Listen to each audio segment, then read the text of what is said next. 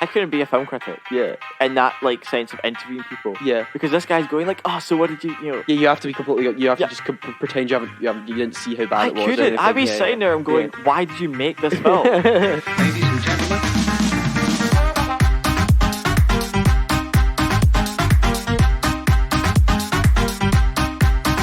Hello and welcome to the Unwanted Opinions podcast. I'm your host Lewis, and I'm joined once again by my good friend Kyle. Hello. Yeah, there's only one other co-host this week. Just the two of us. Yeah, just the two of us. Gonzalo was sadly under the weather this week. Yep. Don't worry, he says he doesn't have COVID. He's tested. He's just ill with some sort of flu. It's not like a match that we don't do this in person with him. Yeah, that's good. I mean, he's always over Discord. Yeah. That's good for us. We're still isolated. we didn't catch anything, but he's. It's just going to be two of us this week, and on today's episode, we're going to be just doing full-on reviews. So we have reviews for Michael Bay's latest Ambulance, Sonic the Hedgehog 2, and of course, the one we've all been waiting for, the biggest movie of the year. Of all time. Kyle, you're right. Yeah. You know, the biggest superhero film ever is Morbius. We're doing Morbius this week. And obviously we'll be covering some of the Oscars in the news segment, plus a couple of articles. Yes, plus a few articles. So that is today's show. Nice and tight. Just those four things this week. So let's get started, Kyle. You want to start with Ambulance this week? Well, Ambulance was an experience. Ambulance was an experience. I'm putting it up there with films that are an experience, Ambulance, Moonfall, everything like this. Yeah. Do you mind if I just go over the plot quickly before we get right into this? Okay. So, Ambulance stars Yahya Abdul-Mateen II as Will Sharp, and Jake Gyllenhaal plays his brother Danny Sharp, and it also has Isa Gonzalez, as Cam Thompson, and she plays a paramedic in the film. And it's pretty simple setup. Oh, yeah. We have Will Sharp is struggling to pay for his wife's surgery and medical insurance. It's not really explained.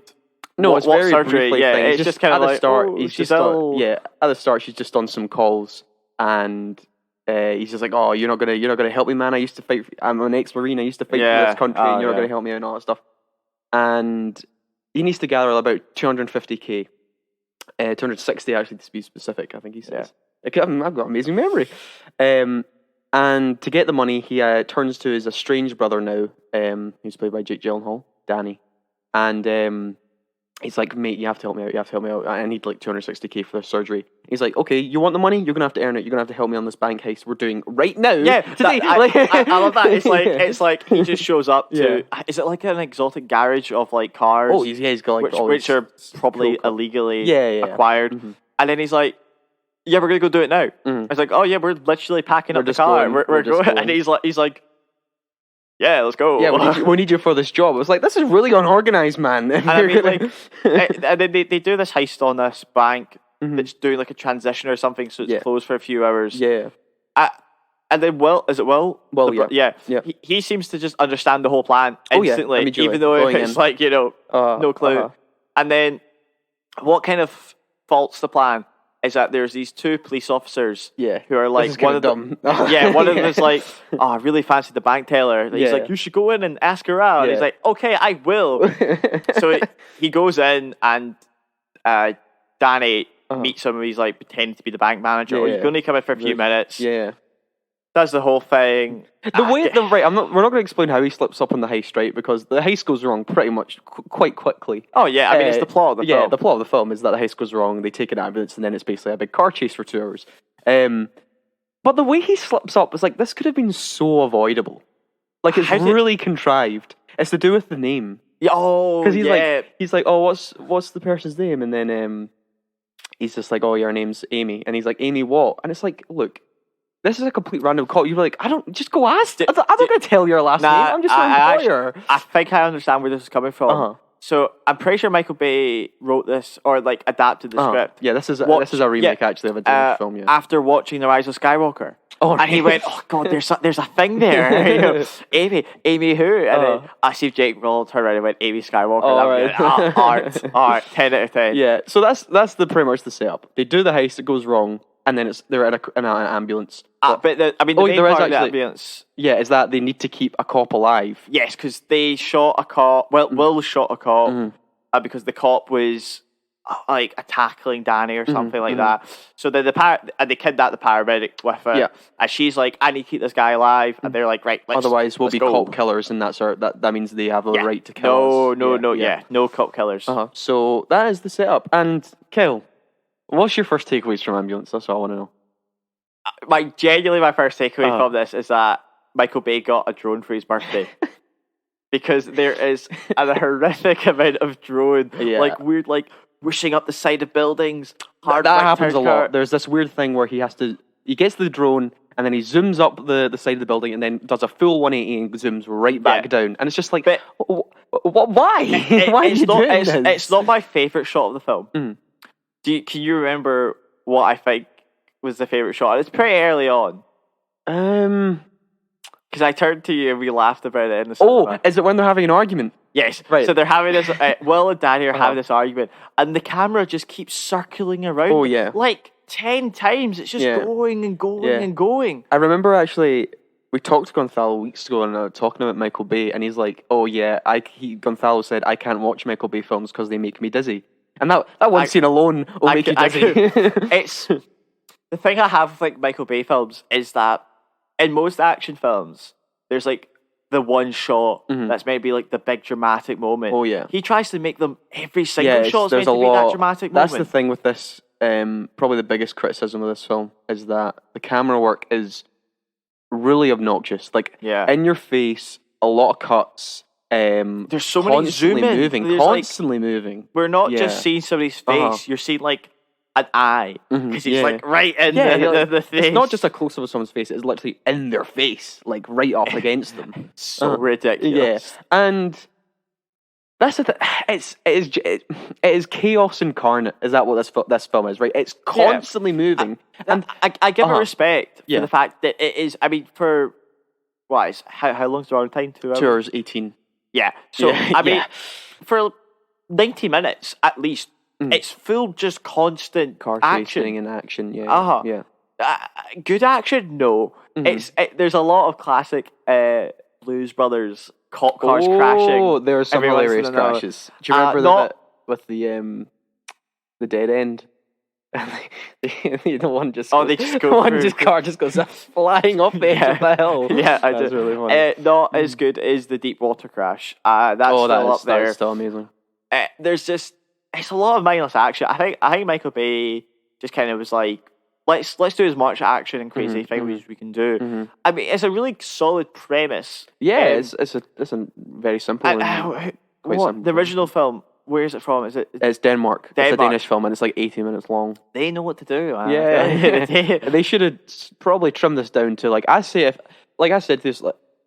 I enjoyed it more than you, I think, and we'll get into ratings later. But I did say, I was like, this was too long. And I think if they made this 100 minutes, they got the setup done pretty fast, and then they wrapped up pretty fast, this could have been a really solid 100-minute action film. I feel, I talk about the liking of it. Michael Bay, in general, my love for his films have gone down the older I've gotten. The first Transformers, 2006, 2007? 7.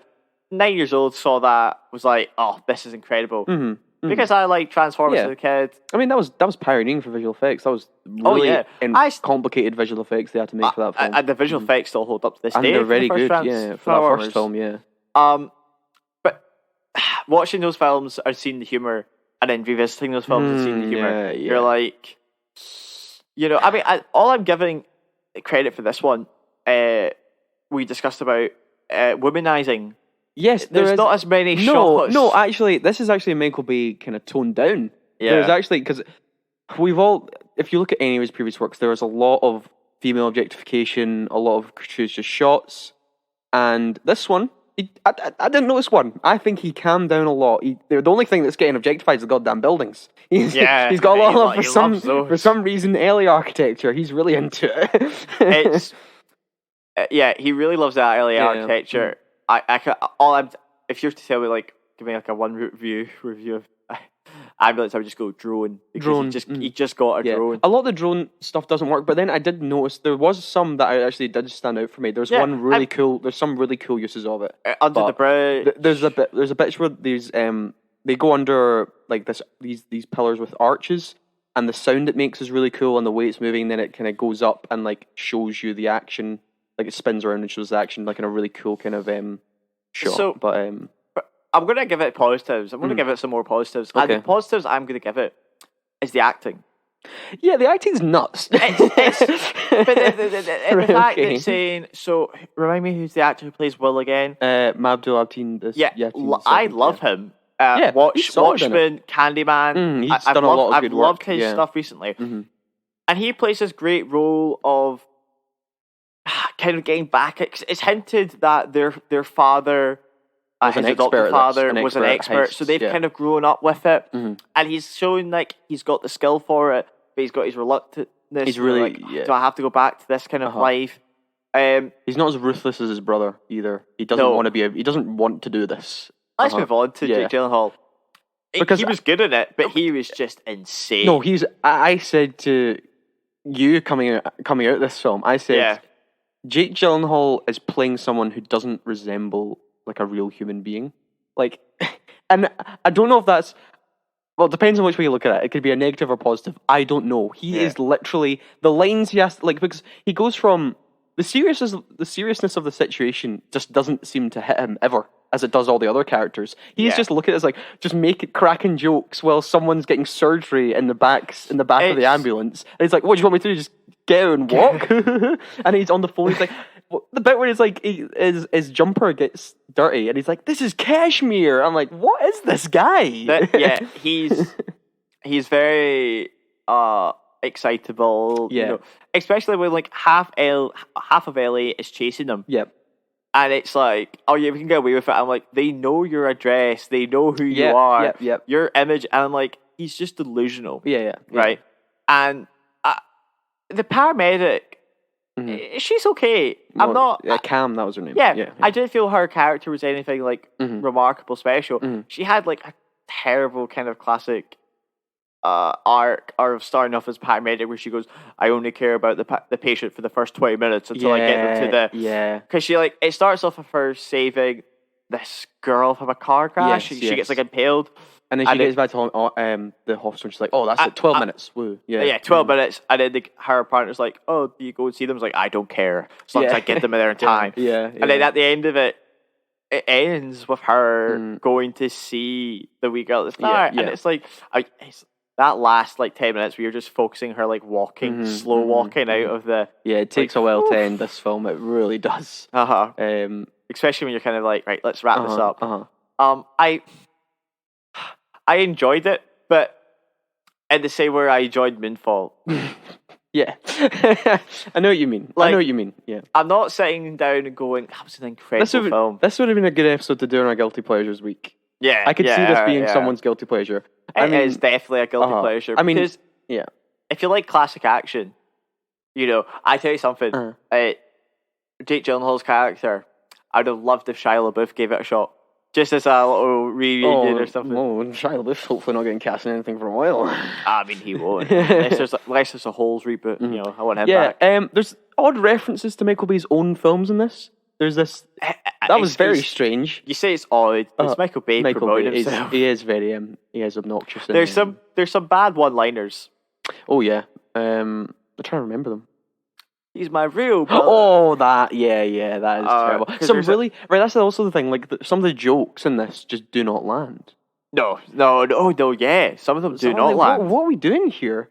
But that was the thing I also said to you, right? Because I remember some of the stuff is so stupid and so cliched that I'm like, he must know this making this film. Like he must know what he's doing. And remember, it got to a point where like they start singing in the ambulance, even though keep in mind this is the most stressful, that stupid thing, like I remember that. To anyone in their life, and then they just start singing like halfway, like more than halfway into the. I remember saying in the cinema, and you were like, "You." I was like, "This is a joke." You had the eureka moment, and then you came out, and you were like, "I'm 90% at that moment that they know this film's a meme." Yeah, they're making a massive joke. But we'll get on later when we talk about another film. I'm not entirely sure these filmmakers know that they're making bad films at the time. Yeah.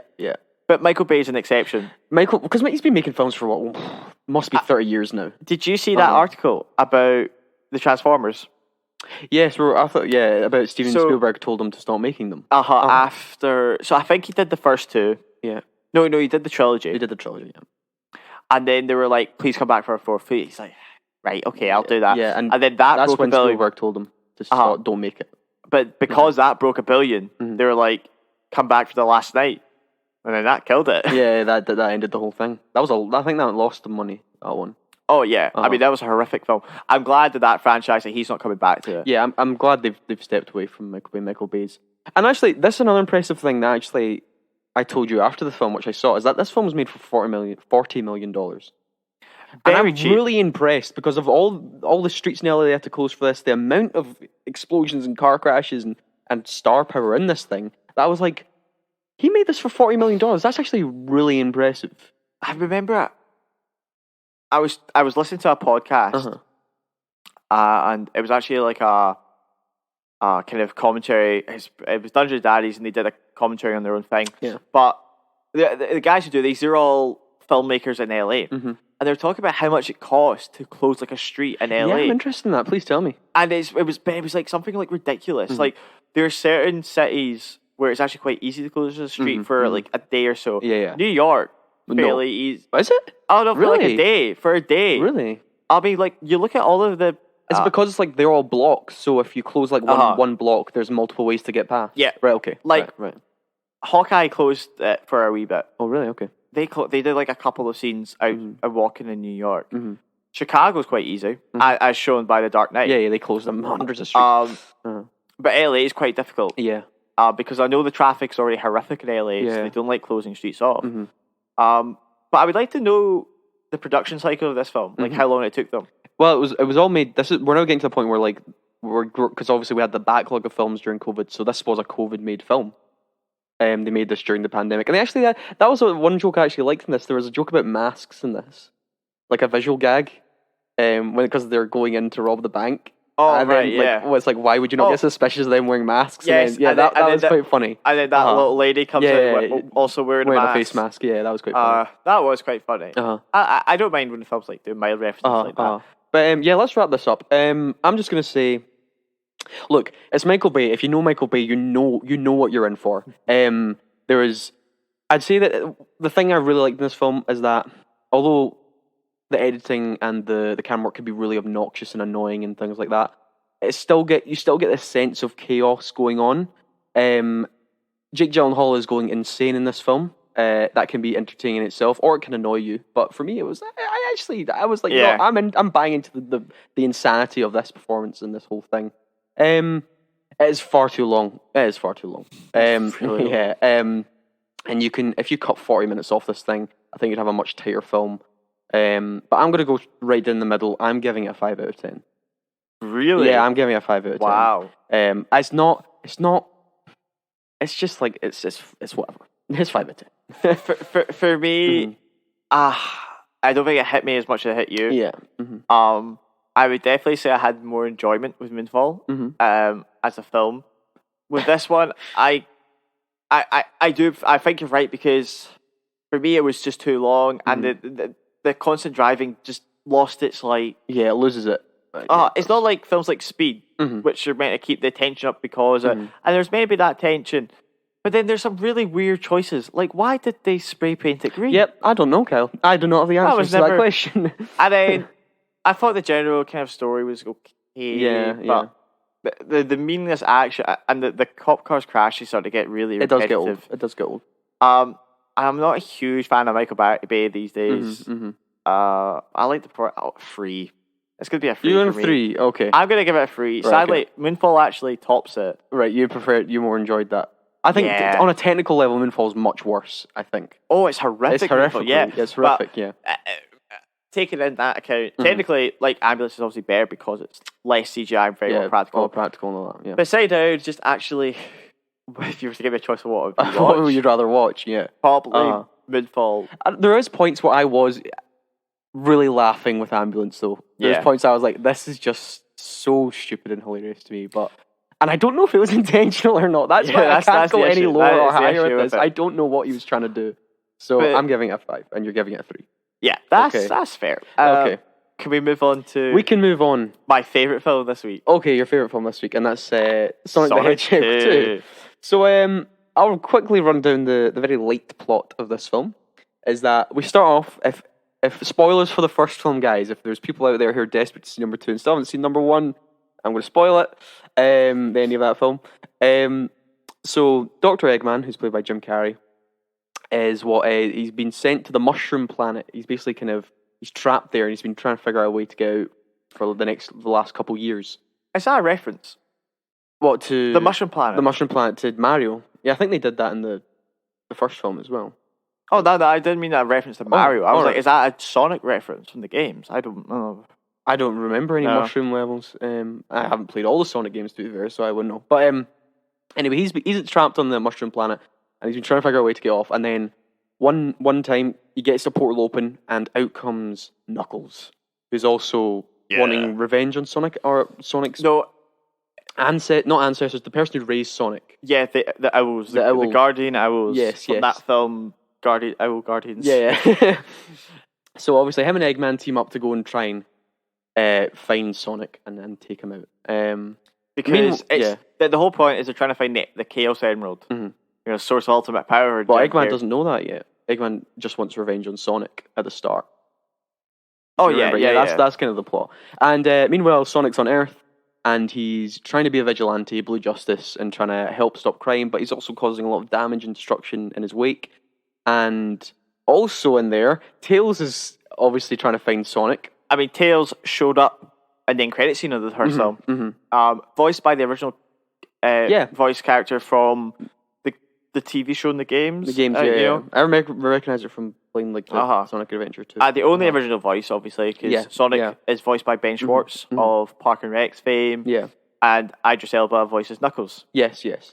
So that's kind of it. That is the very surface level plot of this.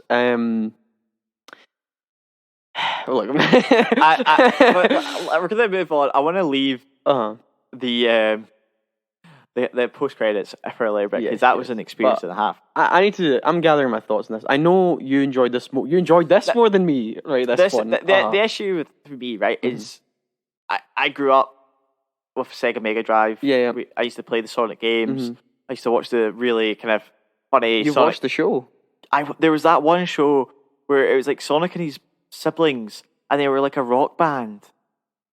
I kind of vaguely remember something like that on TV. Fantastic intro, where it's like them saying like they lost their mom. Oh my god! Right? Okay. It's incredible.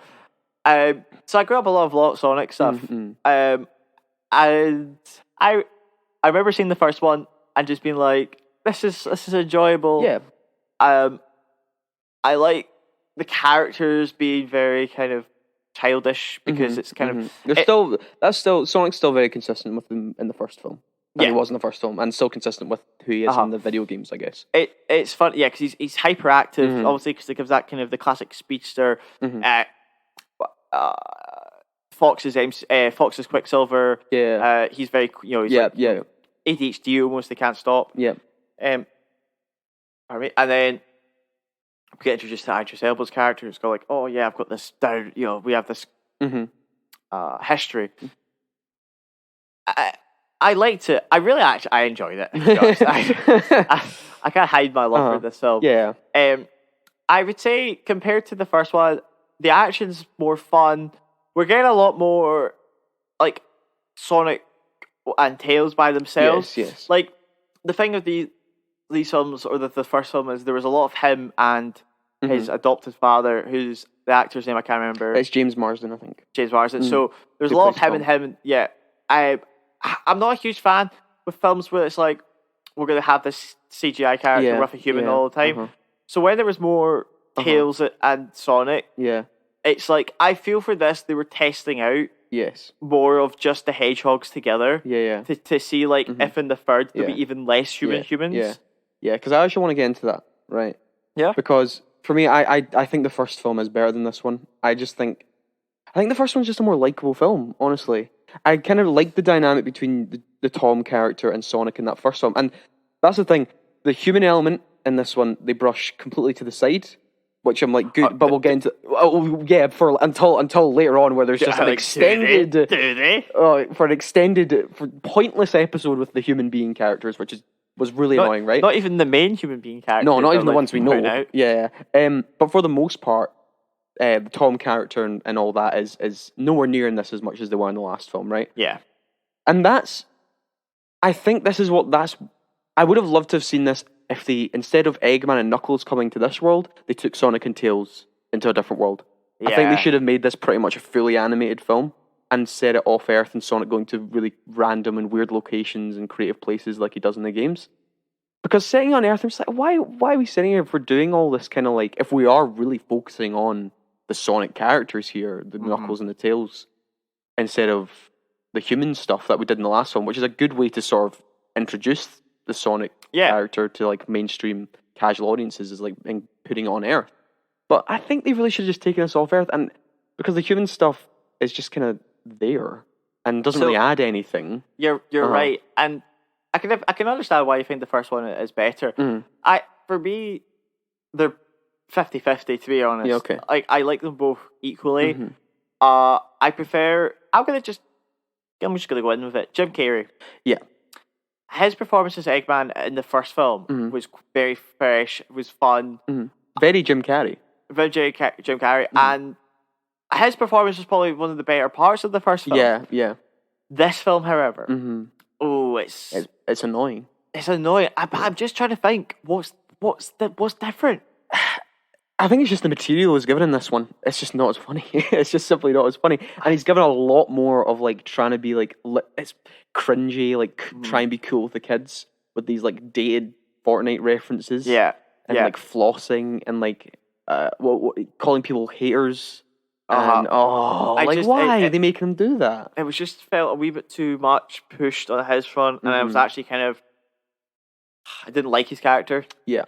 And obviously had like Knuckles as the secondary main villain or Knuckles something like that. Can actually have some funnier moments in this one though, just by his weird delivery. Yeah. Knuckles is like the classic. He's a bit like Drax in a way. Yeah. He kind of takes things much more literally.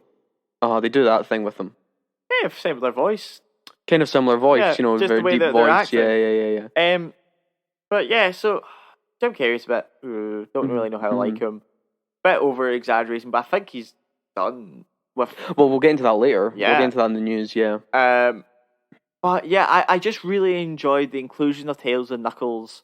I like the kind of because the idea of this one was that like Sonic was feeling lonely because he doesn't have like his crew, as James Marsden said, his crew. Yeah.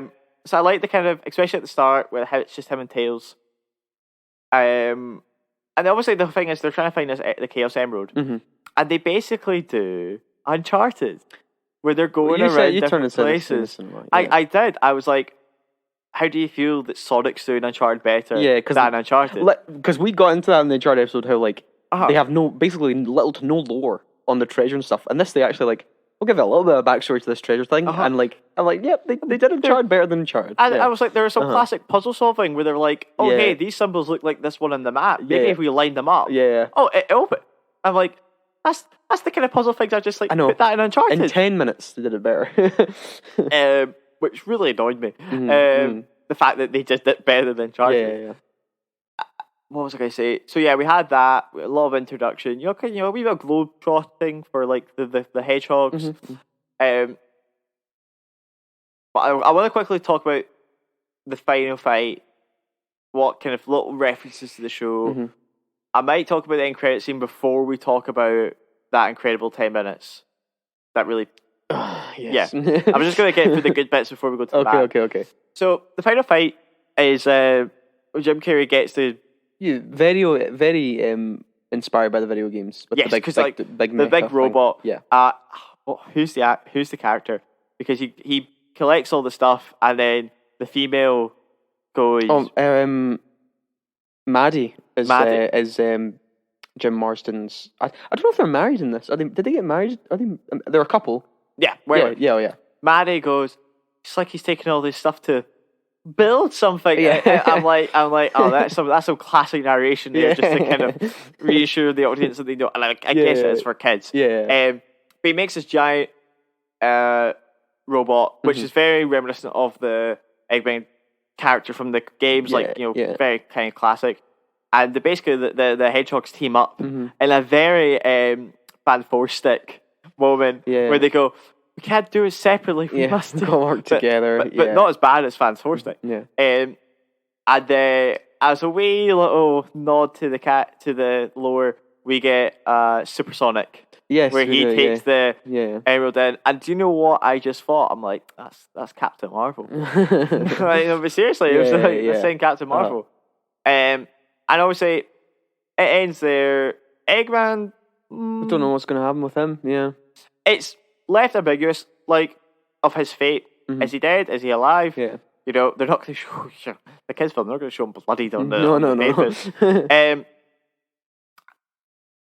And then, they live happily ever after. Sonic's Tails and Knuckles are all living on Earth. Yeah. And then we hit the end credit scene. Yep. Now, spoilers, guys. Spoilers, yes. I mean, most of this has been spoilers. Yeah. We shout out to Orn, who came with us, who will be mentioned later for his brilliantly decided toilet break. Yeah. The end credit scene basically revealed Shadow, the Hedgehog. Yeah. Which we were kind of like, me and Orn at least were going like, that's going to be, that's the next progression. Yeah. And they do it there's been this project since the 50s, Project Shadow. And, it's a very, very source accurate. Yeah, he's in the tube and stuff like that. Yeah, but it's visually they've not done. No. I mean, apart from the original hiccup with his visual, with the Sonic visuals. Yeah. That all of them have been just identical to what they look like in the games. Yeah. But what happened in the cinema, Lewis? Right, okay, so we're watching this end credit scene, and we must have been at a fan screening somehow, because there was people applauding the end credit scene in this film. The end credit scene was applauded. And like you said, we've been to midnight screenings of big films before, and Endgame and Infinity War and things like that. Batman v Superman, Dawn of Justice. Like you were at that, I wasn't at that. But I've never I don't think I've seen people clap an end credit scene. No, that is a first that people actually. There was a big group of people at the back who must have all been Sonic fans together, especially for Sonic. Sonic 2 movie. Just a bunch of people at the back, and they were just applauding it. Oh my god! Let's talk about that 10 minutes. Right, that's really annoyed you. Those 10 minutes, yeah. So basically.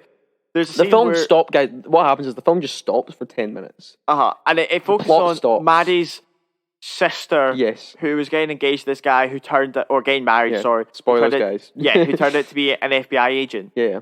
And then there's a whole 10 minutes dedicated to them trying to, talk this out. Yeah. And I'm like, why is this happening? No one cares. There's no hedgehogs. Yeah. Oh, why am I? Or foxes, technically, for Tails. And the kiddos, just a ridiculous 10 minutes. Don't understand why. It did nothing. It was it wasn't even kids won't care. Yeah, exactly. And I don't understand who this was for. I would like to shout out to Oren, who needed the toilet and held in for those 10 minutes. Yeah. And as soon as the hedgehogs decided to show up, he was like, okay, now I'm going to go to the toilet now. Worst mistake in history. So let's just kind of wrap up the Sonic review here. I didn't really get as much enjoyment out of this one as I did the first film. I get it's for kids and for families. Yeah. But I also don't think that's really an excuse for it to be. Oh yeah, I mean, look at Pixar. Pixar and all that stuff. We talked about Night in the Museum last week and things like that. Talking about some really good family films. But for me, like I said, it's just not as likable as the first film. I didn't laugh as much. It's just whatever. I mean, it is what it is. I'm not gonna be like, I'm enraged that I didn't enjoy a Sonic 2 film. It's one of the more popular video game adaptations. Yes, it makes money. It makes money. I'm sure this one will be a big-ish hit. Especially post-COVID, families taking kids. Yeah. I mean, we were at a Friday night and it was it was relatively busy. Solid. Not many kids there. No, that's true. There was a lot of grown-ups. Fan screening. Yeah, fan screening. But for me, it's simple. I'm just gonna give it a 4 out of 10. Because I didn't really get much out of this one. So, and look, if you have kids and things like that, they'll probably love it. Kids would probably love it. It's colourful. It's got kid-friendly jokes. It's silly. But it's a 4 out of 10 for me personally. Okay. For me. Oh my god, what's he gonna give it? Originally I gave it a 6. Oh right, okay. But my heart's been pushing it to like maybe a 7, but I'm gonna stick with a 6. Okay, you're gonna stick with a 6. Okay. I'm gonna stick with a 6. Mm-hmm. I'd probably give them both a 6 in my eyes. They're both a 6. Mm-hmm. Just as a fan, I enjoyed this more because it had more of the universe. Some of the game references. Like I won't. Well, Kyle's already spoiled the film. There's a bit when they're underwater and there's a bit with a bubble, and I was like, oh, that's quite funny. That's quite cool. Yeah, that's quite good. I love that. I was good. Like, that is such a game trope. I love that. That's just like a passing moment and stuff like that. But, that was a clever passing moment. Right? Yeah, it was clever. I'll give it that. But yeah, so it's a 4 out of 10 for me and a 6 out of 10 from Kyle then. Yes, so a bit less harsh than me. Yeah. Ladies and gentlemen, welcome to the news with Kyle. You can put a wee jingle. I don't mind. Okay. I don't want to get bullied. Right, so Kyle, we're moving on to the news this week. We've got a good few articles and the Oscars. I don't know which one you want to start with first. We'll cover the articles. You want to do that first? Yeah, we'll just do the articles. There's more to discuss with the Oscars, to be fair. So there's some crossover, obviously.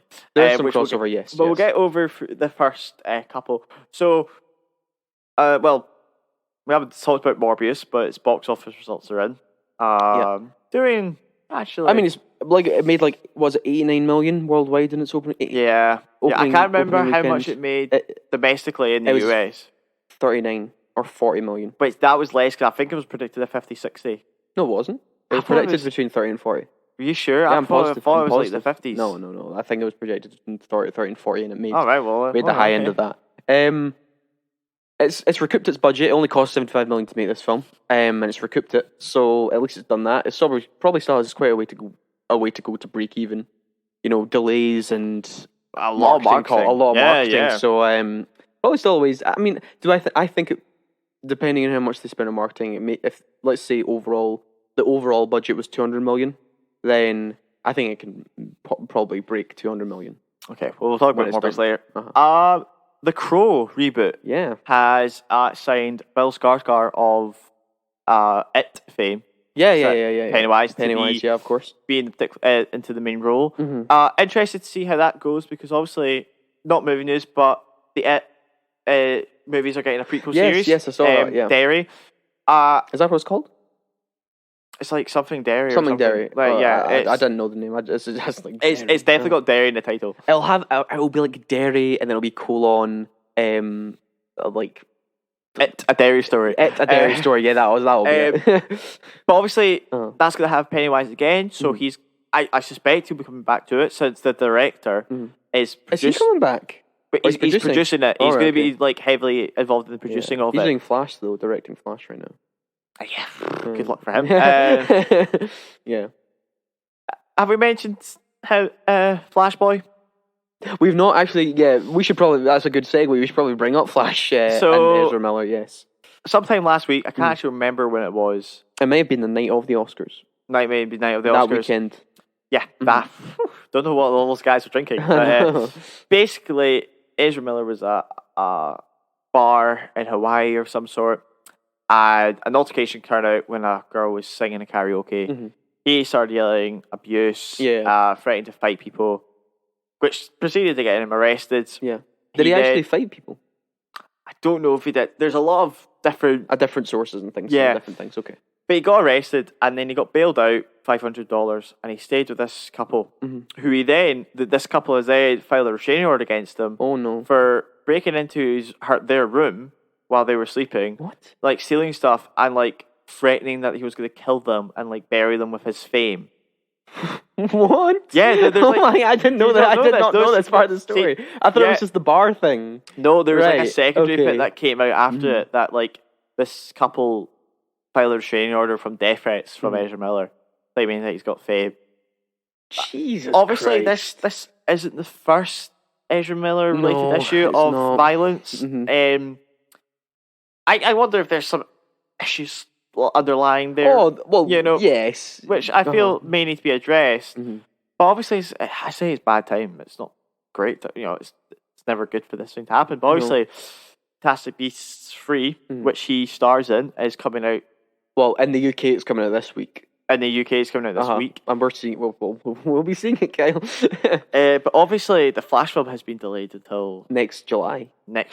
So we'll have to see what happens. Warner Brothers have been useful just not acknowledging Ezra Miller's just never brought rants, it up. But I do... Like I said, I didn't know about the death threat thing. I just knew about the bar incident. And obviously the incident 2 years ago when he choked that girl at a concert or another bar or something. All I'm saying is Flashpoint, I wouldn't be surprised if at the end of Flashpoint they get rid of Ezra Miller. Because this could have happened for a worse time, because literally the Secrets of Dumbledore is opening this week and then next week in America. Like, it's really, really bad timing. And a lot of people are calling on Warner Brothers to say something because they can't hide behind it again. No. They were able to push the first incident under the rug, but this one... There's a pandemic happening. Yeah. Well, still is happening, but that was at the height of the pandemic, and no one cared about any other news, Especially now he's forefronting this Flash film, Flash Batman film, whatever you want to call it, and then obviously Fantastic Beasts, it'll need to be addressed. Jim Carrey has announced that he says he's considering retiring from acting. He's basically said that he's done enough, he's made enough. He's 60 now, he's not been active for, when I think Jim Carrey, I was like, surely he's been acting since the 80s. Yeah, he's not done a lot the past decade, I'd say. But he's only done a handful of projects. He really only started acting full time 89. I thought it was early 80s, but the 90s. I think he just did a lot in those years. Yeah, he did a lot in the 90s. And Truman Show. Was one of the highest paid actors, I'm pretty sure. Yeah, Dumb and Dumber. He Ace Ventura films and Liar Liar and all that. The Grinch. Oh, Bruce Almighty. Yeah, Bruce Almighty. He did a lot in the span of 20 years, I think. Yes. And in the last few years, he kind of took a sabbatical after Kick-Ass 2. Yeah.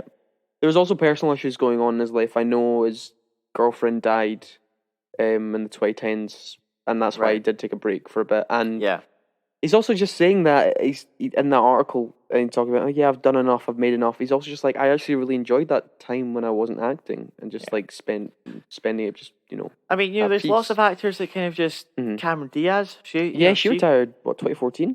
Yeah, she retired for, a few years, but, he's a great actor. Mm. He's a very good comedic actor. Yeah. But, when it's time, it's time. Yeah. So, I don't want him to retire, so I don't want Sonic 2 to be his last film. That's true. Another actor I think we should bring up, Bruce Willis.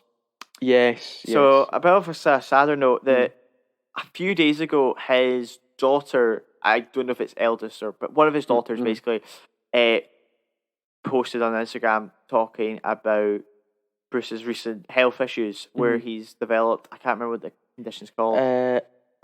Aphasia. But where's what's the word?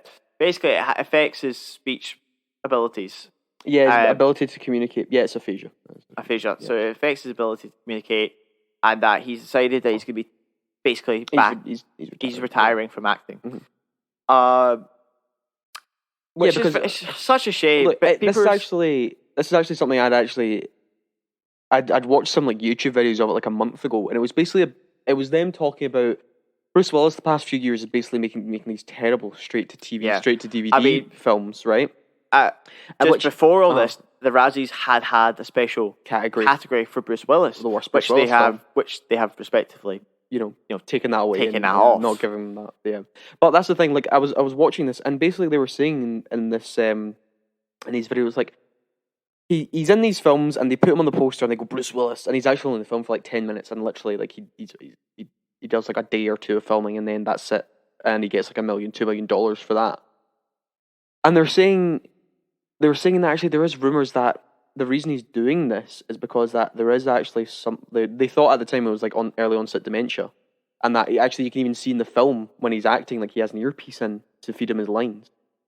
And they were basically saying like, there's actually maybe something going wrong here, and that he's doing these films on a rapid, like I can shoot them in a day, I can get $1 million, and that he's just doing it to earn a bit of money and give it to his family so he can retire. And that has pretty much, although it's not dementia, it's aphasia, it has been true. That's what he was doing. I do agree. I think that's what's been the case, because he is one of those actors that will get $1 million per day shoot just for showing up. Yeah, you know, he's that well worth of an actor. You know, and I do think you're right, and it is a shame because obviously he's had some incredible films. Yeah, he's had an amazing career, especially during the 90s. Possibly the greatest action film ever. One of the greatest action films ever. Die Hard. I mean, Die Hard. I love pretty much. I like all the first 4 Die Hards. Fifth one not so much. But Die Hard 3 especially. That's really, really good. If you've seen Die Hard 3, I've only seen the first 2. You've only seen the first 2. Which one's got Samuel Jackson? Well, that's the third one. Die Hard with a Vengeance. The one where they're running about New York trying to take out all the bombs and stuff. And it's got Jeremy Irons as the villain. And he plays Hans Gruber's brother. I thought that was the second one. No, that's the third one. I've seen the first and the third. Right, okay, well, though the first one and the third one especially are really, really solid action films. I mean, obviously, Sixth Sense, you know, Fifth Element. Pulp Fiction. He was in Pulp Fiction for you, but yeah, Pulp Fiction. He's good in that. And obviously, I think the best Bruce Willis performance in Unbreakable. The best M. Night Shyamalan film. God, yeah. Although he showed up in Glass, which wasn't great. But I loved him in Unbreakable, and he's just he's done a lot with Samuel Jackson. Oh yeah, done a lot of films. Yeah, what was that? Yeah, 3 films there we just mentioned. That's bizarre. But yeah, big shame. All the best. Yeah. You know, losing two actors retiring. Yeah, potentially, and then one maybe forced into retirement, Ezra Miller. You know. Oh, I thought, right, that wasn't the one I was thinking about. Actually, maybe 4 this week, yeah. So, let's move on, because the last bit of news before we go into the Oscars relates to the Oscars. Yes, and it all revolves around... So, the Oscars, the Academy Awards were last Sunday night. It was going to be a different Academy Awards, because obviously we had some pre-recorded awards this time. Yes, they'd removed some of the categories from the main show just to sort of speed up, which also, actually, inadvertently, it didn't speed anything up. It was one of the longest Oscars that there's been. Oh my God. Right. Should we... Right, let's just get the Will Smith We're going to get Let's get this out of the way, because I actually want to talk about the awards. So, yeah, we're going to get this thing out of the way, and I think this is one of the worst things to happen because it's taken away from the awards. Yeah, a bunch of people didn't even know who won Best Picture. But, I mean... Am I upset about that? No. We'll find out. Look. Basically, Chris Rock made a joke. Yep. Will Smith slapped him. Yep. That's it. Yeah. Right. Pretty much. It's not the... You're an actor. You're an actor. You're going to get... It's not the worst joke that's been ever made. No. I mean, have you ever seen the Golden Globes with Ricky Gervais? Ricky Gervais season, yeah. Like, Amy Schumer, even that night earlier, did harsher jokes. Yeah, she did. Yeah. She really did. Will Smith should not have done what he did. No, of course not. It's tainted his career now. It's caused a whole lot of uproar about, obviously, why wasn't he taken out of the ceremony. Actually, there was reports that he was asked to leave and that security they wanted to call the police. There's a whole bunch of drama around this. It was a really irresponsible, stupid, and just, you've tainted your own award. Yes, you've tainted the whole show for years to come, probably. Half an hour, 50 minutes later... You had to go up and accept his awards. And give her... one of the most tone-deaf speeches you've ever heard in the life. Embarrass yourself and Chris Rock, and it's just... And, look, that's it. Everyone knows it's been talked to death about. That point... We're going to relate a story to this, because this is actually about... two stories, because he resigns from the Academy. Yes. Which means he can no longer vote. Yeah, he can't. Because any person who wins an award has the right to now vote in that category. Yeah. He's removed himself from that, so he will no longer be able to vote for the Academy. Yes. Second of all, 2 of his movies, so was there, do we have any information about the Netflix one? Netflix film, I don't really... I think there might have been a name given to it, but I'd have to check that. But yes. I highly doubt it was Bright 2, was it? No, it wasn't. Right. It wasn't. But also, Bad Boys 4 has halted pre-production, probably unlikely to go ahead unless there's big developments later in this week or month. So 2 Will Smith films have been paused. Yes. Right? Not surprising. No, I'm not surprised at all. But anyway, let's just move past that and let's talk about the Oscars for the last 10 minutes. Yes, okay. So I'll just kind of run over a bunch of the big winners. So June was the biggest winner of the night. Six wins. 6 wins. Mostly technical. Mostly technical. Sound, music. So best original score was given to Hans Zimmer for Dune. Visual effects, cinematography, production design, film editing, and sound was all the ones. Editing was the most surprising one for me. Yeah, because we were talking about in the first episode, we were talking about what we thought would win editing, and we pretty much kind of presumed that the film with the most showy editing kind of takes the editing Tick, Oscar. Tick, Boom. And you thought Tick Tick Boom, I thought it would actually be King Richard, but turns out it was neither. It was Dune. He actually chose a film which, you didn't really realise there was much editing, much more subtle. What else I was going to say about the big thing about Dune is this. This is the biggest, the most amount of Oscars won for a film where the director wasn't nominated. And it kind of highlights maybe he should have been nominated if they brought all these technical, he brought all this technical stuff together, which all won big awards. So kind of very strange that this has happened. Very strange. But then we've had that theory that we said, he did. This is half a film, basically. Oh, the Lord of the Rings? Yeah, the Lord of the Rings things. That if he makes Dune Part 2 and it's as good as this, then they'll reward him then. They will, if you finish the job and then... But even on a technical level, he should have at least gone on. I highly doubt he's not going to do good. No, he's never made a bad film. Actor... Yes, Best Actor was given to Will Smith. Yeah, for King Richard. Best Supporting Actor? Was Troy Kotsur for Coda. I think that's fair. I think he was good in that film, and the acting department was probably the best aspect of Coda. I still think out of that Coda, the brother, for me, I think did a better job than the father, because I think he actually had a lot more to do in the film. Who won Best Actress? Best Actress was Jessica Chastain for The Eyes of Tammy Faye. Have you seen that? No, I've not. You keep telling me not to, but then you say do, and then you say don't. No. I was just like, look, I wouldn't bother. It's literally, I wish Gonzalo was here actually, because me and him are both not big fans of biopics. And this, and also Being the Ricardos, which it didn't win anything, but it had acting nominations for 3 of them. Were the examples of what not to do with a biopic. Just the most boring.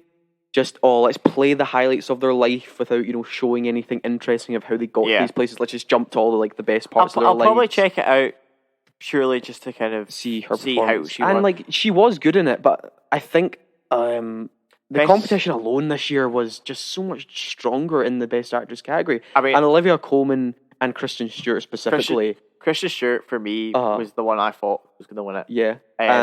Even Best Supporting Actress. We'll move on to that, which was Ariana DeBose for West Side Story, which we said no surprise. She was my favourite part of West Side Story, to be fairly honest. So I'm happy with that. Best Animated Feature was obviously Encanto. No surprises. That surprised me. That surprised actually. Yeah, because Flea I thought was kind of was riding the buzz. Has probably the best critical score. Comparing it, I mean, I know how you feel, but comparing it especially to Soul. Was Soul nominated? Wait, what do you mean Soul? What, years ago? No, Soul wasn't nominated this year. What were the? I'd actually have to check. There was Flea. God, what else was nominated? There was Flea. Was there not Mitchell's and the Machines? Mitchell's versus the Machines. Mitchell's versus the Machines. Is that the one you really liked? I liked that. That was a really good one. God, who were the other nominees? I'm just trying to think. We had Flea, we had Encanto, we had Luca, we had Michael's versus Machines. I'm just trying to think of the last one, but that's kind of. I mean, look out for me. It was Luca, Mitchell versus Machines, Ray the Last Dragon. Oh, Ray yeah. I'm not surprised by that. Yeah. I would have definitely said probably Mitchell's versus Machines. This is the only I've seen all the nominees in a bunch of these categories, but I've not seen any of the animated films this year. Obviously, horror film was International Drive My Car. No surprise. Really wanted that to win Best Picture. Director was Jane Campion for Power of the Dog. Like we said, no surprise that won that. Well, Power of the Dog, 11 nominations, only one win. That's quite a. I mean, I like we said, there was stiff competition in the ones it was nominated in with, and we all kind of were like, oh yeah, well, the production design obviously it was like it could be anyone's race and things like that. Benedict Cumberbatch, I really think had a shot of winning. And probably, looking back on it, they probably should have given it. Might still. But also this actually highlights, this is the first ever time in Oscar history where two female directors have won back-to-back. We had Chloe Zhao last year for Nomadland, and now this year, Jane Campion. So this is the first ever time actually consecutively it's been two women. She wasn't going to win for Eternals, tell you that. No, she's not good. She wasn't going to win for Eternals. But so there's a first. And I actually, like we said, I really think she deserved this, the way she directed this film. Yeah, and Best Picture went to Coda. Yeah, which also won, the screenplay ones as well. Oh, yeah. Screenplay ones. Yeah. So adapted screenplay was Coda, because it... Original screenplay, Belfast. Yes. Like you said, no surprise. I'm happy with that. Like we said, they like to give at least one Oscar to a bunch of the Best Picture nominees as best they can. Although Nightmare Alley didn't get anything, and neither did Don't Look Up. Oh, what a shame. What a shame. So they gave Belfast that original screenplay one, like we suggested they would, because that'd be the only one I think it was going to win. But yeah, Coda won adapted screenplay because it ripped off another film. Well, it's basically it's a remake of a film. So, although I don't think that should be allowed. Do you? Well, I think there's that's a weird technical thing. It's like you're remaking a film, yet you can give it a screenplay. I mean, we'll wait till next year to see if Ambulance gets nominated for Best Adapted Screenplay. But let's talk about Coda, right? Because that was the big one of the night, obviously. My shock, it won Best Picture. Well, I really thought... I'm not going to say it's my shock, because a week before, I was seeing it won the PGA. It won the Producers Guild Award, and I was like, that's when I was like, oh, okay, this is a twist, because it wasn't even nominated for the BAFTAs for Best Film, I don't think. I don't know. And it didn't win the Golden Globe. Overall, I'm not surprised, because I'm not going to say I don't want to say it's a tick box film. Like, you mean it's very simple. Yeah, and it's very formulaic. It's very formulaic. It's very simple. It ticks all off, like the family. It's like a feel-good, emotional drama. Yeah, like it's one of those films. Like after watching it, I was like, I'm not surprised it's nominated for Best Picture. Like it just feels like when it would be nominated. Yeah, winning it though. Yeah, it just doesn't. It's just not a Best Picture film. No. And I talked about this with Gonzalo. It's also the first ever, right? Because remember, we were talking about if you want to know who's going to win Best Picture, editing. You look at the editing category, because usually, like 90% of the time, if you're nominated for editing, you're kind of the short list to win Best Film. If you're also up for Best Picture, and also if your director's nominated as well in editing, then it's like, oh my god, you're one of these films is going to win. This is the first ever time in history where a Best Picture winner has won Best Picture and the director was nominated and it wasn't nominated editing. Like we've talked about, there has been exceptions where like 8 films have won in the past where it wasn't up for editing, and then like 4 films in the past have won where the director wasn't nominated. But this is like the biggest exception of all exceptions that it won, and it wasn't either of those really integral categories to sort of, your film wins Best Picture. Oh yeah. Look, like I said, I was happy Troy got his Oscar for this, and I did think that's, decently deserved. And having like the full deaf cast, it is a film that it does shine a light on a topic which I have a problem with this, right? Because Sound of Metal came out last year, and that was a film that deals a lot with similar ideas of the deaf community. And actually, there was a point in Sound of Metal where you were literally within a deaf community. Yeah. Completely. And I just feel like, I get all film subjective. You can look at Sound of Metal and be like, oh, that's okay. You look at Coda and be like, oh, I like that more. It's a more like, it makes me feel better than Sound of Metal. But Sound of Metal for me was just, I feel like if you wanted to award a film for like pushing the boundaries of like, depicting deaf people on film, Sound of Metal was just a bit more not heartfelt, I guess, just a bit more profound and a bit more in-depth, like had a bit more in-depth look at the deaf community. And a problem with Coda for me was the fact that they try and highlight how isolating it can be to be deaf, but they did that in a really shallow way, just having like a couple shots of like the wife standing alone while a bunch of people talk, and then that's it. And it just didn't really get into that the way the Sound of Metal did. And it's like, look, you literally had your chance last year to like award a film. Also, here's another thing, is that, see, you cannot watch The Sound of Metal without closed captions and subtitles. Like, that's ingrained in the film. You can't turn that off. Right. Okay. Because it's like trying to be a film that's for the deaf community. This film, there's no subtitles. I'm just saying, like, there's a film that was much more conscious of the fact that it was, it really kind of really about this community. And I just think you had your chance last year to award just a film that looked at this in a much better light, in a much more profound way. It wasn't my cup of tea, and I'm just like, yeah, look at one Best Picture. Yeah. Okay. Anyway, yeah, that's the news round off for this week. Reviews. Yeah.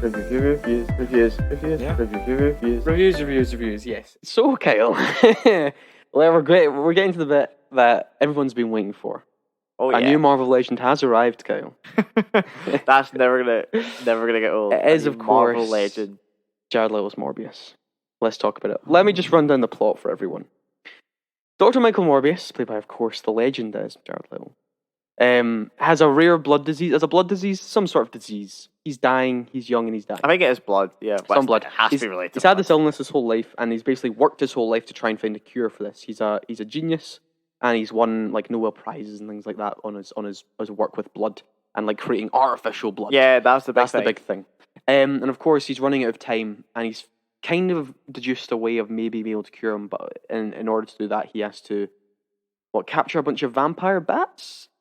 Yeah, it's the thing is that vampire bats have adapted to only feed off of blood. Yes. So that they can produce something that breaks down a parasitical thing or something. Yeah, something. He's like, I want that in my body because that's what I need. Yeah, that's what I need for my blood. But it turns him into a vampire. Kyle, who would have thought? He's a vampire now. What? He needs to feed on blood. It's yeah. So he turns into Morbius, the living vampire. Yes. And then all the stuff happens. That's very specific to the film Morbius. Stuff happens. Yes. What happens next again? He's when he first turns into Morbius and has the experience, he kills people, and he's like, this can never happen again. And he's he's trying to figure out a way to sort of, stop this, lust for blood. And in many ways, that could be an interesting plot. Well, there has been plenty of vampire films in the past that have actually dealt with this idea. Right. No. Because, okay. No. What my issue is, right, is that. So obviously, this is one of the many Sony Spider-Man villain spin-offs. A subgenre that I never thought would be a thing. Yes, yeah, we've had 2 Venom films and now Morbius, and then we're getting Kraven the Hunter next year. And I still wish it was never a subgenre. Yes. So, Morbius living vampire, right? I would have liked it better. So obviously in this film you're saying that he has this uncontrollable urge. But he in the film, when he has these urges, the bad urges, and he drinks the red stuff, which is like regular blood instead of the blue artificial android blood, whatever that's what it looks like. He like goes animalistic. Yes. And I'm like, that's not good. Like the good thing is, especially in the 90s cartoon, is that he keeps his humanity. Yes. But it's like this urge has kicked in. So he realized, he's still a talking human. And he's like, I need to consume. Like, sorry, I need to do like, he's losing it. But in this one, because they obviously want to keep him likable, he's like, well, we can't have him going around like killing people. But like, and being knowledgeable. Like, he has to have these like blackouts when he's like, full like vampire and stuff, and he like turns to more beast. This film's boring. Because when this film has been like memed for like ages now. It's been constantly delayed because of obviously the pandemic and things. And people are just there's always been these memes like people going, "Oh my god, no one's ready to experience Morbius. It's going to be the greatest film ever." And then of course some other actors have been this as well. Yeah. And it's just been like constantly. Everyone knows Morbius was never going to be that good. The reviews came out. It's pretty much trashed. Metacritic score of 36, Rotten Tomatoes score of 17% critically. Like really, just like brutally destroyed by critics. And look, is it the worst film ever made? No, I don't think it's the worst film ever made. Is it a good film? No. It's and like you said, Kyle, that's the thing. It's not like, oh my god, this is so bad, it's hilarious, haha. Like it's not The Room. That's what makes it work. It's the fact is, right, I don't understand why this film was made. Well, because they want to milk all the Spider-Man characters you can to make money. I get that, but I'm just kind of like, it's all right. We have to kind of go into. I want to go into spoilers. You're right. You want to go into spoilers because I need to talk about the villain. Okay. So obviously, in the initial trailers, the villain hinted at is Matt Smith's character. Yes. We don't understand anything from the original trailers about how he is the villain. Mm-hmm. That was actually always a problem for me in terms of the marketing, because see, when you watch the trailers for this film, you're like, what's going on? Like, what is this plot? What's the plot? Who's the threat? What's the deal here? I found, like, 2 days before we seen the film, I saw another trailer that did show it, which basically showed everything. Okay. And so Matt Smith's character, how's his name? It's he's given the name Milo, but he's got a different name. It's like Lucius or something. Yeah. Like. So he comes into the hospital. And he's like, "Hi, I'm Lucius," and Michael's like, and he goes, "No, you're not. You're Milo." Hi, Milo. He's like, because that last guy was called Milo, and the last guy was with that. So he says change his name to Milo. Wait, what? Like 20 years later, and he's still going by Milo. Why? Like, it's the fact is the doctor. Surrogate father also calls him Milo. Yeah, he's just joining the joke. Yeah, it's like why call him Milo? That's the thing. Actually, this is the kind of one of the positives for me. Actually, is Matt Smith. Really? Like he's just having a blast. He's just kind of like having this naughty performance. I'm just like, you know what? I like Matt Smith. I'm just like, you know what? It's fair enough. Yeah, it's nothing special. No. But I'm just like, he's having fun in this hammy, kind of crappy film, and. It's a shame for him. He gets pulled into these franchises. Oh yeah, and he always gets the bad end of them. Yeah, the Terminator franchise, and then the Star Wars stuff. He was meant to be a big role. Something like that in the episode 9, but they never used him. So basically, Matt Smith has the same condition as Jared Leto's Morbius. Yes, and it's like he sees Morbius, like, reformed and alive. He's like, you need to give me that. I want this. And then 5 minutes later, there's these murders happening, Lewis. By another vampire creature. Could it be our lovely Michael Morbius? No, I know, that was so Milo. Obvious. Yeah, of course it's Milo. Yes, and Milo. This is another issue. Obviously, there's a big issue with this in superhero films, where the antagonist is a carbon copy of the villain, and that's what this is. Now. I was thinking, right? Now, the issue is we can't do this because licensing and owning issues. Yeah. But do you know who I would have loved to be the villain? Blade? Yeah. Because I thought it would have been a right cool thing. Because obviously vampires are coming to the MCU because Blade's coming to the MCU. Yeah. And Blade himself is a daywalker, partial vampire. I was like, because that was how they did it in the 90s comic. Yeah. In the 90s TV show, the Spider-Man TV show. Is that when Morbius was alive, Blade comes into the picture. Yeah. And you have Spider-Man trying to convince him that he's not actually a vampire. He just, very similar, I'll get you that. He's not a vampire. Kind of a side note from the review here, just to ask you a question. Yeah. Do you think it would have been better? Because Sony license, well, it's weird. The deal with Sony and Marvel is very strange because Sony pretty much produces the films. But they get to use like a bunch of the MCU's, like it's obviously ingrained in their bigger, grander story. Yeah, but they get like a bunch of the box office as well. They get most of the box office, and then Marvel gets toy money. I think that's how it works. I don't know if it's that way. But I know Sony pays for the production of the films. Yeah, Sony pays for production of films. I believe because obviously there was that issue in 2019. There was a wee divorce. Yeah, because the original decision. Now you are right, where it was like 80-20 in terms of box office. So Sony gets 8%. Marvel gets 20%. I believe Sony wanted more of the box office because they were forking out the entire budget. Yes. Right. While I believe Marvel at the time, I'm pretty sure Disney, they were getting merchandise money. They were getting merchandise, but I think what Disney originally wanted to do was to say, we'll half the budget with you, and we'll half the box office with you.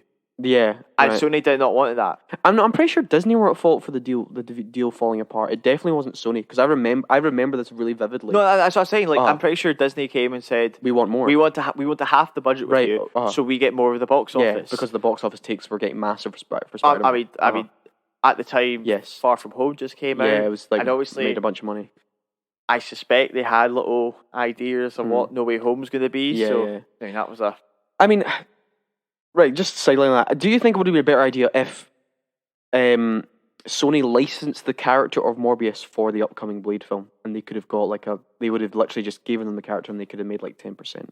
Yeah, You think that's something they could have done and should have done? I think it would have been a better antagonist because you would have had this Michael Morbius character who's trying to explain that he's not this mythical vampire creature, but then also having this urge to have to consume blood to not revert back to his ill physical form, which I think would be better than just having a carbon copy. Yeah, yeah. Because we'll compare it to the other, I say villain, anti-hero, because, I mean, Morbius isn't a villain in this. No, he's not. He's a stand-up citizen. I would like to point out the only people he kills in this are hired mercenaries. Yeah, they make that they point that out quite a lot. Yeah, these are bad people. These are mercenaries with guns, and they'll do anything for money and all that. Yeah. I'm like, why are we doing this for somebody who's meant to be a villain? Yeah. And we'll get to the end credits. We'll get to the end credits scene, but that's a ridiculous. I just want to touch on some other things. So, if you've seen any superhero origin story, you'll have seen this origin story because it follows the formula. Have you seen the Amazing Spider-Man? It's the same villain origin. Yeah, it's the same sort of. Have you seen Captain the Amazing Marvel? Spider-Man 2? Have you seen? Yeah. Have you seen the original Spider-Man? Have you seen the Iron Man? Have you seen? It's literally, it follows a very, very, very. Actually, it's the same of Iron Man. It's actually very similar to Iron Man. You know, guy almost dies, gets reborn, has to fight someone who's got the same powers as him. What film is this also very similar to that we joked about in cinema? Ironically, not a Marvel character. You turned and said something to me. What was it? What did the music remind you of? Oh my god, it rips off so much from Batman Begins. Yeah. There's a lot of visuals and the score. The score very similar to Batman Begins. It was the score that, I mean, you had that, he's standing in the tube with all the bats. Yeah. And I'm like, it's the same chords. But then it was the music, and I was like, this is a bit low, suspicious here. Yeah. But anyway, what I was going to say, the stuff, another little bit I liked of it, I'm scraping the bottom of the barrel here, right? But I actually did like the bit when he first, after he's killed the people, and he's locked himself in his lab to try and figure himself out. I kind of liked that, him having to figure out his powers and timing himself, and doing that thing with the ball and I think the sonar visuals were quite interesting. Yeah, I mean, we'll get into the visual effects in a minute as well.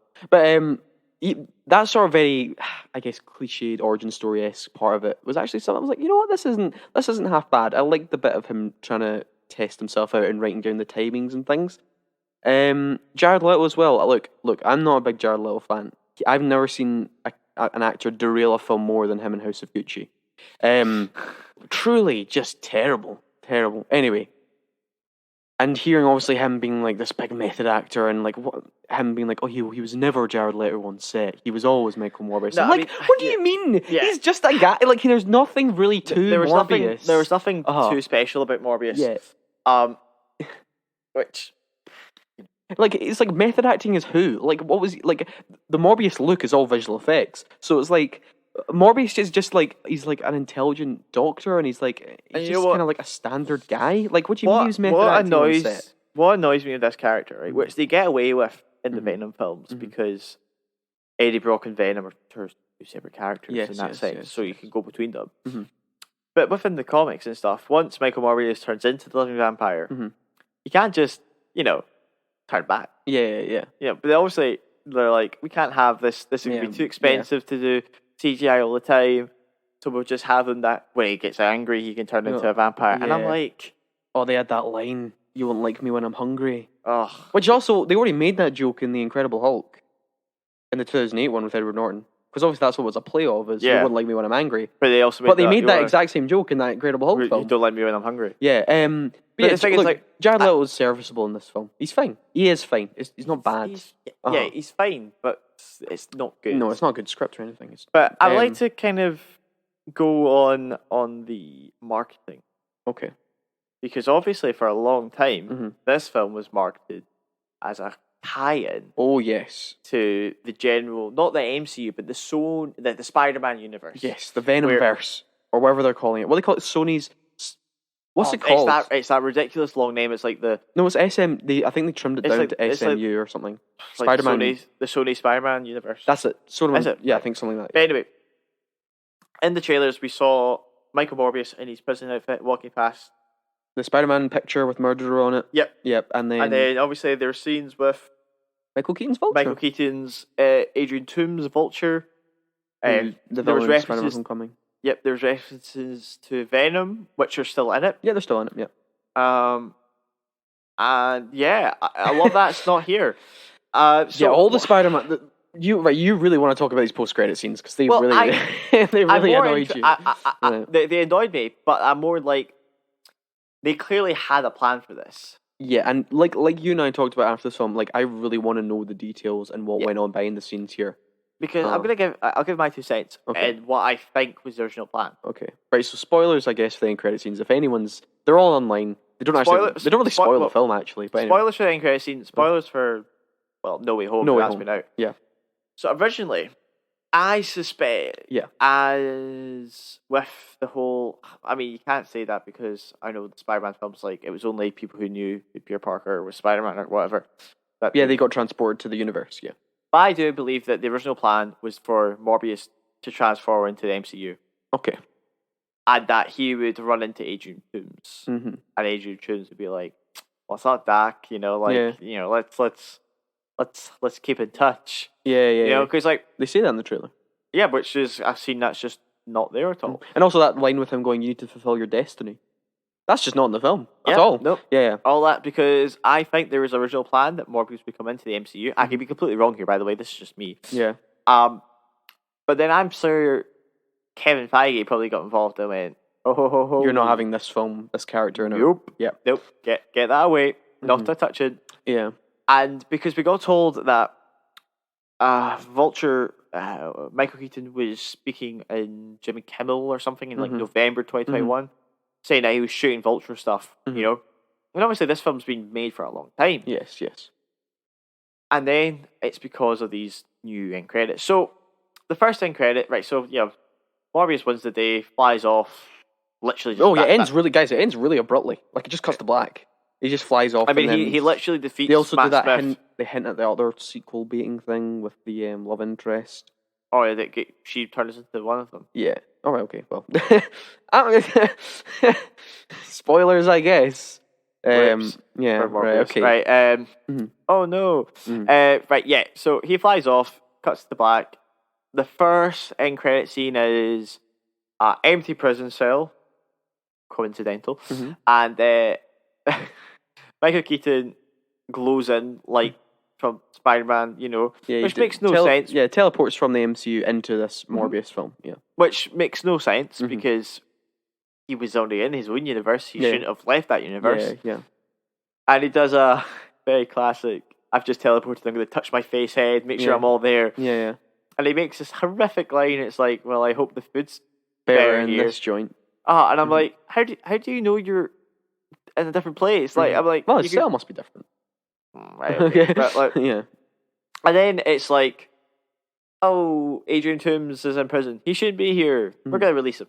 Yeah, it's like, oh yeah, because he doesn't exist. So how is this man in prison? I think, okay, right. So it's a reason. And then the final end credit scene, where we have Michael Morbius just driving. Yeah, he's just driving somewhere in the middle of nowhere. In the middle of nowhere, we have no idea. He stops the car, gets out.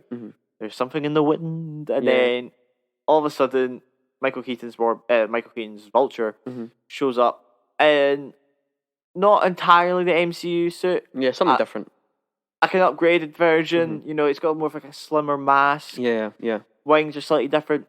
Lands, and he says like, I've been reading up on about you, Morbius. He's like, and I think all this stuff has something to do with Spider-Man. Don't know why you'd think that. And he's like, I'm going to make together a team. You want in? And Morbius says something like, That sounds interesting. Yeah. And this is where it really annoys me. Yeah. So obviously there's a lot of AR there because I'm like... Michael Keaton's not there. No, he's not there. No. But, as I said to you earlier when we talked about this, you get teleported mysteriously through multiverses and all that, right? To a completely different world, yeah. And you initially go, I think it's that teenage kid that took my daughter to the dance. That really down-to-earth kid who swings around in a thing. I think he did. Yeah. Well, technically, it was his fault, but he didn't make the spell. Yeah. And then he's like, I think it has something to do with Spider-Man. And I'm like, why do you think that? Why would you think that? Yeah. And then he goes and he says, like, we want to start stop Spider-Man or get Spider-Man. Yeah. So I'm like, right, there is a Spider-Man here? Okay, there must be. So there must be. Mm-hmm. But the issue is, I think that scene was meant to be in the MCU film. Yeah. Morbius, he should have gone. The final thing should have been, who the hell is Spider-Man? Yeah. You know, he doesn't know. Yeah. Obviously, this film is in the Venomverse. Yeah. Because there's hints to San Francisco. There is that. Who are you? I'm Venom. I'm Venom. Yeah. So I do suspect it is in the Venomverse.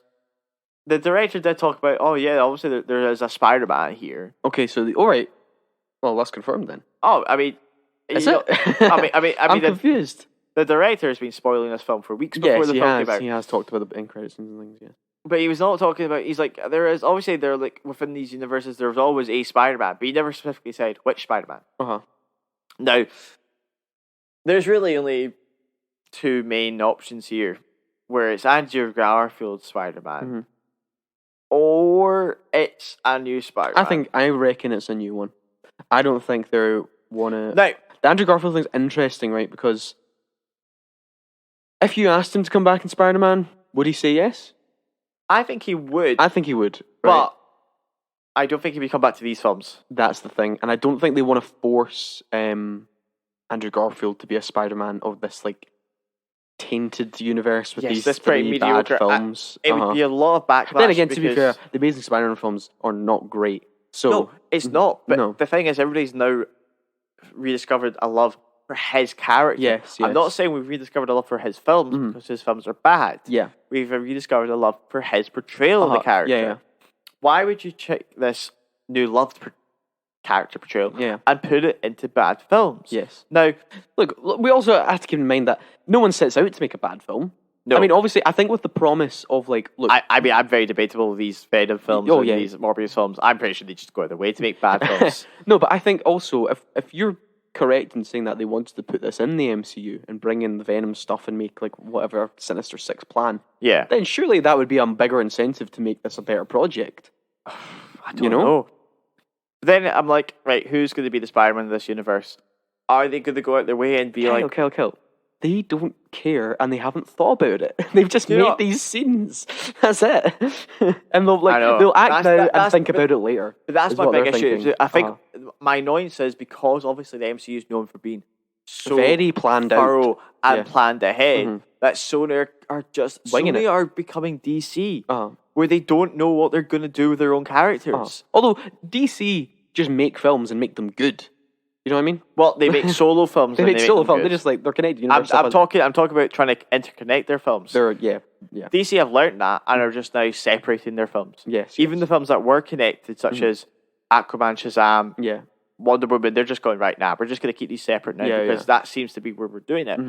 Sony are so obsessed of holding on to these characters and making their own universe that they're like, right, we're going to do something here, and they're like. Because obviously, end of No Way Home, there's the idea that Spider-Man can be separated from the MCU if you wanted to. If you wanted to be, They don't know what they're doing. It's turned it into a mess of a film. I never thought Morbius would be a good film because I'm like, he's not even a loved Spider-Man villain. He's like a B-list, C-list Spider-Man villain. Yeah. I do think it would be more fun if he was put up against, like you said, Blade. See if they kept it like, we want it to be like another like version of himself. Put him against a proper vampire then. Have some sort of difference. Yeah. I mean, maybe throw in some vampire lore into this own universe. Here. I mean, Dracula's a character. Yeah. Obviously, we're getting Moon Knight, we're getting Blade. Yeah. He's a prominent character with those two things. He may show up, which I think would be quite funny, to be fairly honest. Yeah. I don't think it'll be Dracula. I think it'll be somebody who spawned the legend of Dracula. Yeah. Like, you know. Yeah. But have something that's like not just a ugly carbon copy. Yes. I want to quickly talk about the CGI. Yep. The focus shots on Michael Morbius and Vampire sometimes it's really good. Are good. Yeah. I'm like, that's very believable. The distant shots can be iffy. But any single shot of Matt Smith's character in vampire form is just ugly. Yeah. And also, that stuff doesn't bother me as much because that's CGI that's hard to do. The CG, you know what's like? See, like when they did the ear stuff. Oh, the wrinkles in the ears. Yeah, they did like sonar. The sonar thing. Yeah, that's quite good. That's not bad. That's mild. Like I said earlier, the sonar effects can be quite good. I know you didn't like the vapor thing. When they're flying. But like, see when the two of them are fighting, and then it just like shots of just like rubble and just crap in your face. It's like, what am I looking at? They love their slow mo. Oh my god, the slow mo stuff just needed to calm down. It's just ridiculous. I don't like it. Yeah. The climax of the film actually happens and just comes and goes really fast. It's just like ugly fight. It was an hour 44. It felt too long. Yeah, and like here's another thing with like, see with the visual effects thing. Like, I turned to you and was like, look, Morbius iconically wears red, right?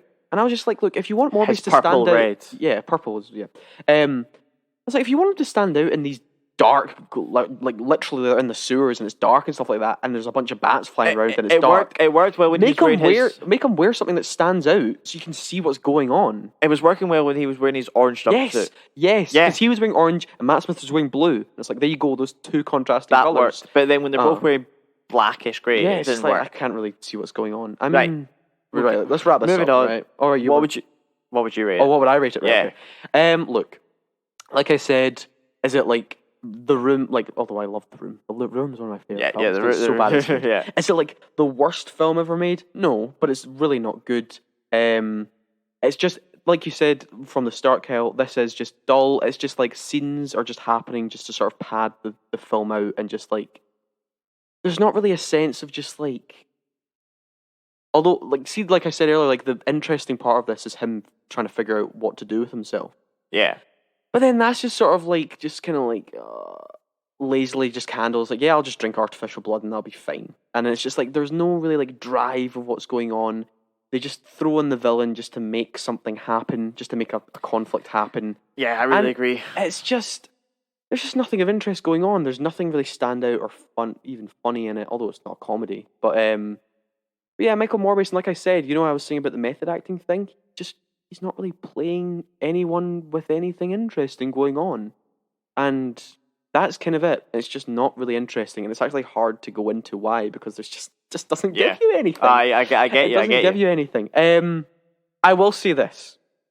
I preferred it maybe slightly over the two Venom films, which isn't much of a compliment. Because for me, the Venom films are funnier. They're funny bad. Yeah. This is just boring bad. Yeah, I think maybe it's just I find this less annoying, and just like, to me, they're all in the same bubble for me, and like those other two films, I'd probably give this a 3 out of 10. I'm going to go with a 2. I'll go for a 2. I'm going to go with a 2. Mm-hmm. It just was boring. It didn't do anything. Mm-hmm. And I think it's more, I have an issue with showing that the studio just don't have their shit together. Yeah. Like, they don't have a plan. This also feels very dated. This feels like like an early 2000s superhero film. What are we doing here? Like, exactly. I just think Sony are trying to rely off the back of the MCU. Mm-hmm. The MCU have discovered this and gone, trying their best to make this seem like it's another Marvel legend has arrived. Trying to make it, is this in the MCU, guys? Like, trying to kind of hook people in to go see it. Which is a new Marvel. It's not illegal, but it's also not good. It's mismarketing, which is really annoying the fans. Yes. Especially when you have fans are going in hoping that there's a Spider-Man connection. Mm-hmm. Anyway, that was Morbius, a living legend. So that's a 3 out of 10 for me and a 2 out of 10 from Kyle, so not exactly glowing reviews. But yes, that's kind of it for this week. We've ran down the 3 films here, and obviously talked about our Oscars rundown. For next week's show, hopefully Gonzalo will be back with us. Yeah. Next week's show, we're actually going to run down, because actually, like we said, with these 3 big films this week, the summer movie season's kind of kicking off, and with Harry Potter next week too. So we're going to be running down the big summer releases. We're going to go over what is our most anticipated one each. We're going to pick one each and be like, what is your most anticipated one? We're going to go over maybe even some of the smaller films that are coming out in summer too, just to give them a bit of a spotlight. We're going to give a review of... And we'll have a review for Fantastic Beasts and the Secret of Dumbledore as well, which I'm not pleasantly excited for, Kyle. I must admit. I'm slightly, because I want to see Mads Mikkelsen. I really thought you were. Oh yeah, our boy Mads. Yeah, that's why. That's the only reason I'm excited for. Yeah. I thought you were going to say I'm excited to see Ezra Miller. Oh no! Maybe that's in bad taste. But yes, thank you for joining me, Kyle. Yeah, thank you very much. Yes. And guys, please follow the podcast on Spotify. Please subscribe to us on YouTube and give us likes and all that. Everything helps with the channel. And are you getting a new article up soon? Am I? I don't know. I've been so swamped with uni. I've been trying to write this thing, and I'm like, I just can't find the time. But yeah. But at the end of the day, guys, you might go see these films and love them, because at the end of the day, you know what this is? It's just an unwanted opinion. There you go, Kyle. You happy I said the thing? Yeah, I'm happy. You happy I said the thing, right? Well, thank you for listening. Hope to see you next week.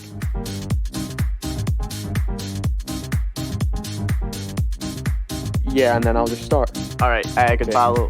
Love you, miss you. I'm going to clap us in, and that's the start of the show. 3, 2, 1.